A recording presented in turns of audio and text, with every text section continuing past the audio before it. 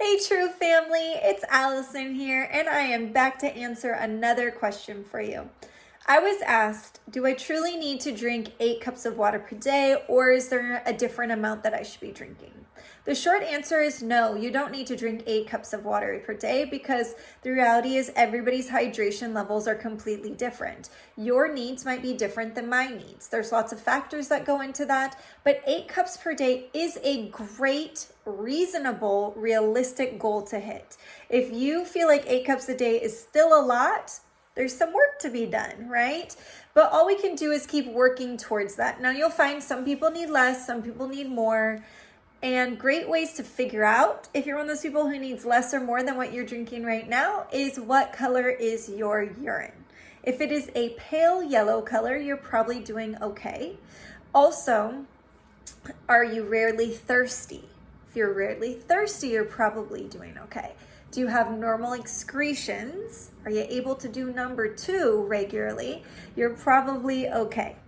So those are some things to think about in terms of figuring out if the amount that you are drinking right now is enough. The other thing to think about is 20% of your hydration comes from the foods you eat.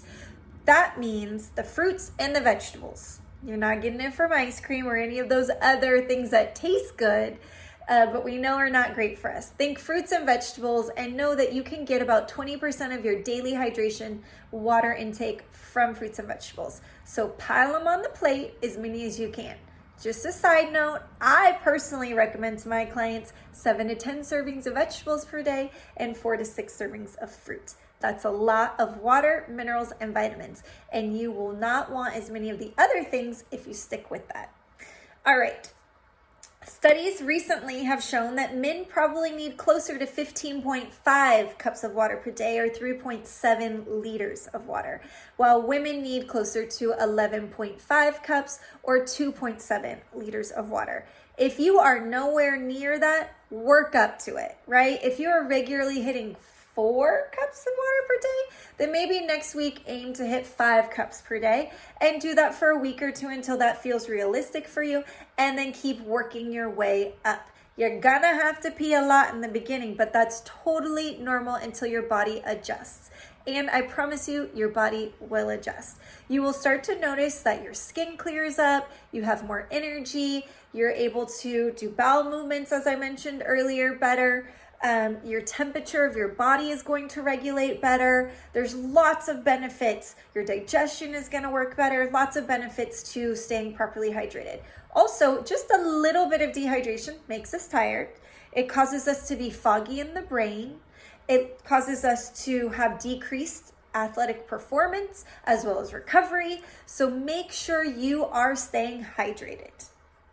Different factors that can impact our hydration are things like exercise. If I go and do intense exercise for an hour or longer, it is quite possible that I am losing pounds of body weight that was water weight. And I actually need to replenish that so I don't end up dehydrated.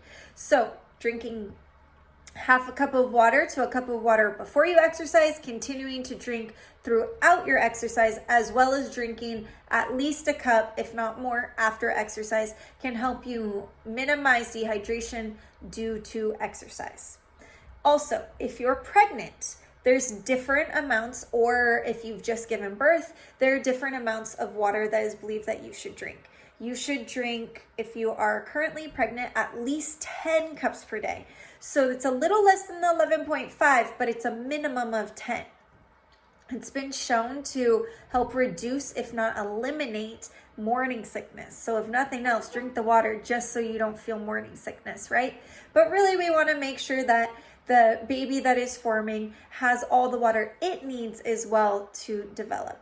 If you are breastfeeding, you actually need more. You need at least 13 cups of water per day so that your body can produce enough milk. If you find that you're low production, one thing might be dehydration. And as a busy mom, you're probably not thinking about drinking enough water. So try to work it in whenever you can. When they're eating, you're drinking, right? So try and stay as hydrated as possible so that you can have proper milk production. A large part of milk is actually water. Your environment can play a big role. if you live in the desert or you live in a tropical climate, somewhere that's warmer, your body is going to be perspiring more, which means you are going to be losing more of your water and water weight. And so you want to replenish again, keep those hydration levels up.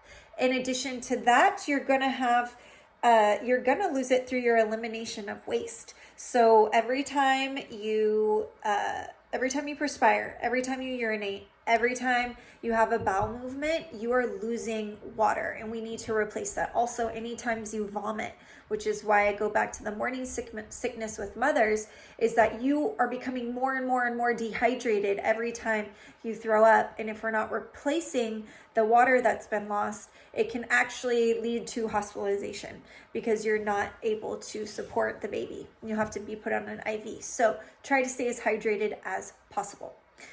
Things that are benefits of staying hydrated: improved skin, regulated body temperature, improved sleep, improved energy, injury prevention, faster recovery from performance, improved performance.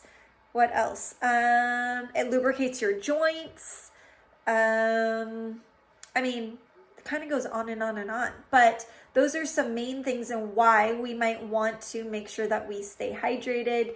And one tip I would say, if you're going to walk away with anything, is to try to be mindful to not confuse your thirst feeling for your hunger feeling. So my one tip would be drink before you eat. So before you're going to eat anything, whether that's a snack, whether that's a meal, go and have 8 ounces of water. Not only will you help your hydration levels, but you will also be able to see, am I truly hungry or was I actually just thirsty? Continue to drink during your meal and then again afterwards. You will eat less, you will be more hydrated, and you'll help your body with digestion as well. So I hope that this answered your question. If you guys have any additional questions, please feel free to reach out to me.